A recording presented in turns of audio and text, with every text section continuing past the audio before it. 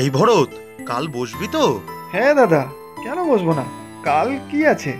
না তেমন কিছু নেই, তবে ঝড়ের পূর্বাভাস আছে। কি বলছো দাদা? বর্ষাকাল তো গেল, আবার ঝড় আসবে কেন?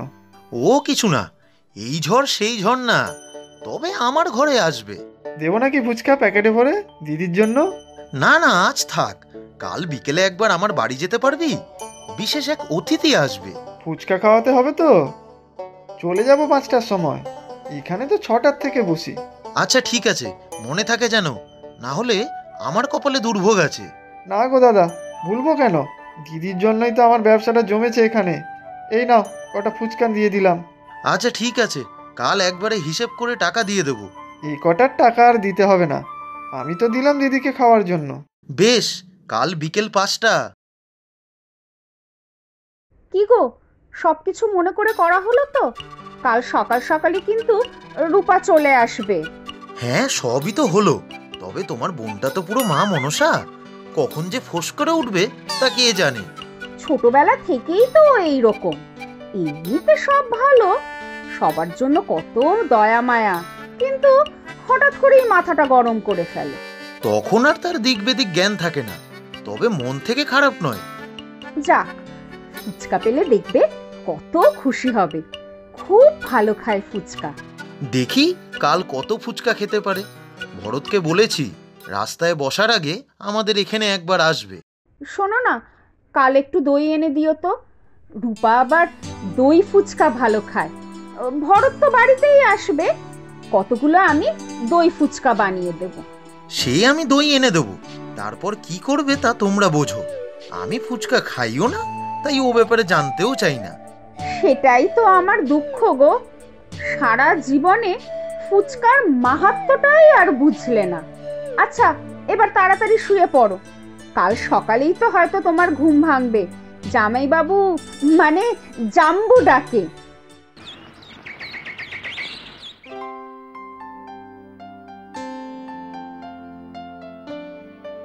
জাম্বু, ও জাম্বু, দেখো চলে এসেছি।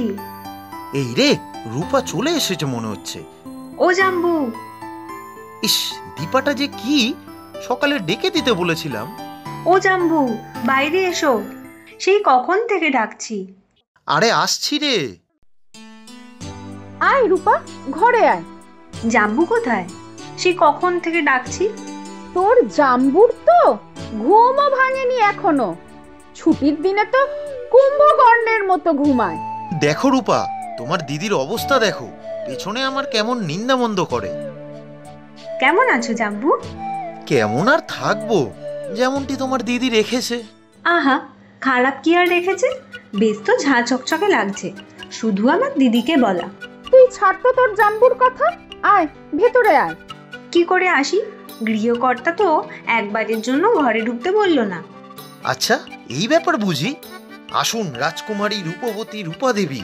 থাক থাক, এসব আমার জানা আছে জাম্বু। দুদিন থাকতে চাইলেই শুধু তাড়ানোর মতলব বাড়বে। আচ্ছা বাবা, অনেক হয়েছে, আয় তাড়াতাড়ি। ওদিকে লুচি ভাজার তেল গরম করতে বসিয়ে এসেছি, পুড়ে গেল বলে। লুচি বানাচ্ছ? আহ, জমে ক্ষীর, একেবারে একঘর। বুঝলে জাম্বু, আজ রবিবার, কাল সোমবার, কিন্তু অফিস ছুটি নেবে। হ্যাঁ, অফিস ছুটি নেবো কি? দুম করে বললেই কি অফিস ছুটি দেবে? কি ছাইয়ের অফিসের কাজ করো কে জানে, দরকার পড়লে ছুটি দেবে না। আহা তা কেন, তবে দরকারটা কি আগে সেটা তো বল। সে আছে এক দরকার, কাল বলবো। ছুটিটা কিন্তু তোমাকে নিতেই হবে জাম্বু, ব্যাস।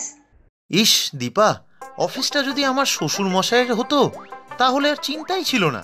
শুধু গিয়ে বলতাম মালিকের ছোট মেয়ের আবদার, ব্যাস ছুটি চাই। ও আমার কথার তাহলে কোনো দাম নেই বুঝি? দে তো দিদি, আর দুটো লুচি দে, আমি এক্ষুনি বাড়ি থেকে চলে যাব। দেখলে তো, কেন বলেছিলাম সাক্ষাৎ মা মনসা, একটু কিছু হলেই ব্যাস ফোঁস করে উঠবে। সে চাই বলো, তাতে আমার কিচ্ছু যায় আসে না। কাল তোমার ছুটি নিতে হবে, তারপর আমার সাথে এক জায়গায় যেতে হবে, ব্যাস। আচ্ছা নেবে ছুটি, তুই খা তো আগে। হ্যাঁ, ছুটি নেব কি, কাল ক্লোজিং আছে, কত চাপ জানো। সে তোমার চাপ তুমি বোঝো গিয়ে, কাল 3জন মিলে আমরা ঘুরতে যাব, ব্যাস। বেশ হয়েছে এবার, দে তো দিদি, কটা আরো লুচি দে, দেখিয়ে দেখিয়ে খাবো এই জাম্বুটাকে। দেখবে আর জ্বলবে, লুচির মতো ফুলবে। এই শোনো না, কাল ম্যানেজ করতে পারবে তো? এক ঘরওয়ালি আর এক আধে ঘরওয়ালি, দুটি ম্যানেজ না করে কি আর উপায় আছে? ইস, কি ভালো লাগছে। জাম্বু না তো, যেন পুরো জাম্বুবান। শোন না রূপা, বিকেলে ফুচকালা আসবে, তোর জন্য স্পেশাল দই ফুচকা। এই সেরেছে, দই আনতে ভুলেই গিয়েছি। তোমরা যাও, আমি দইটা নিয়ে আসি। গরম জিলিপি পেলে নিয়ে আসবো। এই দিদি, তোর বরটা দেখতে কাঠকোট্টা হলেও মনটা পুরো দেবদাস। এই মার খাবি কিন্তু। কি রে রূপা, এত সকাল সকাল উঠে পড়েছিস কেন? ঘুম ভেঙে গেল তাই। কেন, অসুবিধা হচ্ছিল কিছু? অন্য বিছানা বলে? রাতেও তো ঠিক করে ঘুম আসনি, খালি এপাশ ওপাশ করেছিস। না না, শুতে কোনো অসুবিধা হয়নি, ঘুম আসছিল না। তুইও ঘুমাসনি না? তুই আমার সাথে না শুয়ে তোর ঘরে ঘুমাতে পারতিস, তাহলে তোর ঘুম নষ্ট হতো না। তোকে কে বললো আমার ঘুম নষ্ট হয়েছে? আমার বোন এসেছে, আমার বোনের পাশে শুয়ে গল্প করতে করতে মনে হচ্ছিল সেই ছোটবেলায় ফিরে গিয়েছি। কিন্তু তোর কি কিছু হয়েছে, এমন মনমরা হয়ে এখানে দাঁড়িয়ে আছিস?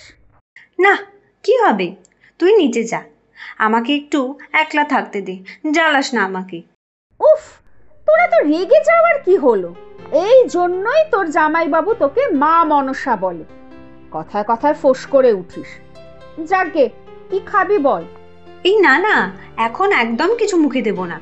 তুই নিচে গিয়ে জামাইবাবুকে তাড়াতাড়ি রেডি হতে বল, আর তুইও রেডি হয়ে নে, সবাই মিলে ওই মন্দিরটায় পুজো দিতে যাব। আজকে হঠাৎ কেন? এখন তো এখানে আছিস কদিন, অন্য একদিন না হয় যাওয়া হবে। আজকে বরং সবাই মিলে বাইরে কোথাও গিয়ে লাঞ্চ করি চল। না না, যেটা বলছি সেটা কর না। আজকে আমার একটা বিশেষ দিন, সবাই মিলে পুজো দিতে যাব বলেই জাম্বুকে ছুটি নিতে বলেছিলাম। বিশেষ দিন? কি আছে আজকে? সেটা ঠিক পরে জানতে পারবি। তুই যা না, একটু রেডি হ, আমার খুব টেনশন হচ্ছে। বাকিটা পরে শুনবি প্লিজ দিদি। টেনশন? তুই তো আমাকেও টেনশনে ফেলে দিলি। আচ্ছা আচ্ছা, যাচ্ছি, দেখি বলি তোর জাম্বুকে। ও, তুমি উঠে পড়েছো? শোনো না, তাড়াতাড়ি রেডি হয়ে নাও। হ্যাঁ, আমি রেডিই আছি। বলো কি কি বাজার করতে হবে? আরে বাজারে যেতে হবে না এখন, তুমি তাড়াতাড়ি তৈরি হও। রূপা বলছে সামনের মন্দিরে পুজো দিতে যাবে সবাই মিলে। পুজো দিতে যাবে এখন? এক কাজ করো, তোমরা দুই বোনে তাহলে পুজো দিয়ে আসো, আমি ততক্ষণে বাজারটা সেরে ফেলি। আরে না না, মহারানীর আজ মুডটা ঠিক নেই, কি না কি আজ বিশেষ দিন, তাই টেনশনে আছে। কেন, আজ কি ছোট ম্যাডামের কোনো প্রেমপত্র এসছে নাকি? তুমি হাসছো, আর ওদিকে সে দেখি সাত সকালে মনমরা হয়ে ছাদে দাঁড়িয়ে আছে, বলল খুব টেনশনে আছে, কোনো বিশেষ দিন আজ, তাই সবাই মিলে পুজো দিতে যাবে, তোমাকেও যেতে হবে। তুমি জিজ্ঞেস করলে না কিছু? বেশি কিছু জিজ্ঞেস করলে আরো রেগে যাচ্ছে, এমনকি এখন কিছু খাবে না, আগে পুজো দেবে। তুমি তাড়াতাড়ি করো না গো, আমারও খুব চিন্তা হচ্ছে। বাপরে, উনি রেগে গেলে তো খুব চাপের। আচ্ছা চলো চলো, পুজো দিয়ে বাইরে কিছু খেয়ে নেব। পুজো দিয়ে প্রসাদ খেয়ে মনটা বেশ শান্তি লাগছে। হ্যাঁ, তারপরে গরম গরম কচুরি, আলুর দম আর জিলিপি খেয়ে মন পেট সবকিছুতে বেশ শান্তি লাগছে। হ্যাঁ গো, নিরামিষ আলুর দম, কিন্তু কত সুন্দর স্বাদ। কিরে, তোর কেমন লাগলো? ঠিক করে তো কিছু খেলিই না। এটা কি হচ্ছে ম্যাডাম শালি, এখনো মুখখানা বাংলার পাঁচ করে আছো? এবার তো বলো কি হয়েছে। পরে বলবো। আবার কত পরে? এবার তো বল, আমার তো চিন্তা হচ্ছে। বললাম তো পরে বলবো, এখন ঘরে চল। জাম্বু, ও জাম্বু, একটা হেল্প করবে? মহারানীর হেল্প করার জন্য এই বান্দা সদা প্রস্তুত। কি আজ্ঞা মহারানী? তোমার ফোনে আমার একটা রেজাল্ট দেখে দেবে জাম্বু? আমার নিজের ফোনে দেখার সাহস নেই। হ্যাঁ নিশ্চয়ই। কি আজকে ক্রিকেট ম্যাচের রেজাল্ট কি হলো তাই তো? আমারও খুব টেনশন হচ্ছে, যা হাড্ডাহাড্ডি লড়াই। না না, ক্রিকেট নয়, তোমাকে লিঙ্কটা শেয়ার করছি, দেখো। এ তো ইউপিএসসির রেজাল্ট। ইউপিএসসি? কার রেজাল্ট? আমার আমার নিজের দেখা সাহস হচ্ছিল না, তাই জাম্বুকে দেখতে বললাম। তুই ইউপিএসসি এক্সাম দিলি কবে? আর ফর্ম ফিল আপ করলি কবে? এ তো অবাক করা ব্যাপার। আমার ছোট শালিকা ইউপিএসসির মতো এক্সামে বসেছে। এতদিন শুনেছি সে পড়াশোনায় খুব একটা মনোযোগী নয়। হ্যাঁ, এই পড়াশোনার জন্য কত বকাঝকা খেয়েছে মা বাবার কাছে। আত্মীয় স্বজনরা তো সব সময় বলতো ওর দ্বারা কিছু হবে না। আবার এই কথা, ঠিক এই কথাটার জন্যই আমি নিজেকে একসময় হারিয়ে ফেলেছিলাম। তোমরা যে বলো না আমি রাগী মেজাজি, বিশ্বাস করো আমি কিন্তু এরকম ছিলাম না। তাহলে কেন এরকম হয়ে গেলি বোন? ছোট থেকে আমাকে তুলনা করা হতো অন্যের সাথে, এমনকি এই দিদির সাথেও। সে ভালো, আমি খারাপ। অমু কত নাম্বার পায় আর আমি বুদ্ধু। অন্যের মতো বাঁধা ধরা পড়া আমার ভালো লাগে না। আমি নিজের মতো পড়তে ভালোবাসি। তারপর অন্যরাও খালি বলতো এই মেয়ের দ্বারা কিচ্ছু হবে না। এই কথাটা শুনলেই না খুব রাগ হতো।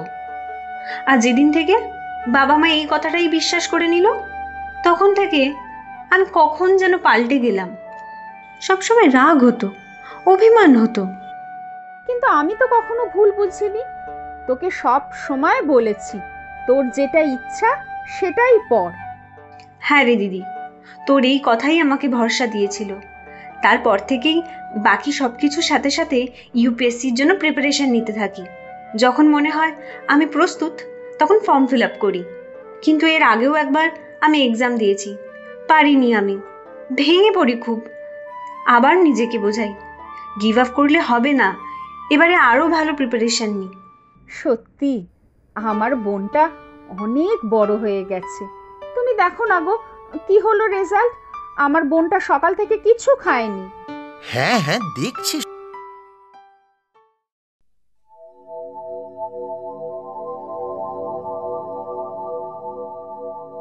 ইয়েস ইয়েস, তুমি পেরেছো রূপা, তুমি ইউপিএসসি ক্র্যাক করেছো। কনগ্রাচুলেশন রে। কি সত্যি বলছো? ভালো করে দেখো না জাম্বু, না হলে কিন্তু আমি খুব কাঁদবো। না না, আমি শিওর। ও দিদি, ও দাদাবাবু, ফুচকা খাবে তো? চলে এসো, আমি চলে এসেছি। চল রে রূপা, দুজনে মিলে খুব করে ফুচকা খাবো আজ। তোর জাম্বু তো আর খাবে না। খাবো, আলবাত খাবো। আজ আমি অনেক ফুচকা খাবো। আমি আজ খুব খুশি। শুধু রূপা নয়, আজ যে আমারও খুশির দিন। আমার বরটাও ফুচকা প্রেমী হয়ে উঠল। জয় ফুচকা। প্রচুর সঠিক উত্তরদাতাদের মধ্যে থেকে আমরা বেছে নিয়েছি 10 জনের নাম। গল্পের নাম সাবাস শাশুড়ি। নামগুলি হলো সায়ন্তিকা দে, ব্যারাকপুর, পশ্চিমবঙ্গ থেকে; ফতেমা মৌ, যশোর, বাংলাদেশ থেকে; ফারানা কয়াল, উলুবেড়িয়া, পশ্চিমবঙ্গ থেকে; অস্মিতা লাটুয়া, পূর্ব মেদিনীপুর, হলদিয়া, পশ্চিমবঙ্গ থেকে; অনিমেষ চ্যাটার্জি, দক্ষিণ 24 পরগনা, পশ্চিমবঙ্গ থেকে; পৌলমী বাউল, নরসিংদী, বাংলাদেশ থেকে; সোহম চক্রবর্তী, উদয়পুর, ত্রিপুরা থেকে; অনুষ্কা দালাল, নদিয়া, পশ্চিমবঙ্গ থেকে; পায়েল, বিধাননগর, কেষ্টপুর, পশ্চিমবঙ্গ থেকে; শ্রেয়া, ঢাকা, বাংলাদেশ থেকে। আজকের প্রশ্ন, রূপা কেন রাগ করত? তোমরা প্রশ্নের উত্তরের সাথে নিজের নাম আর কোথায় থাকো সেটাও লিখে জানাবে কিন্তু।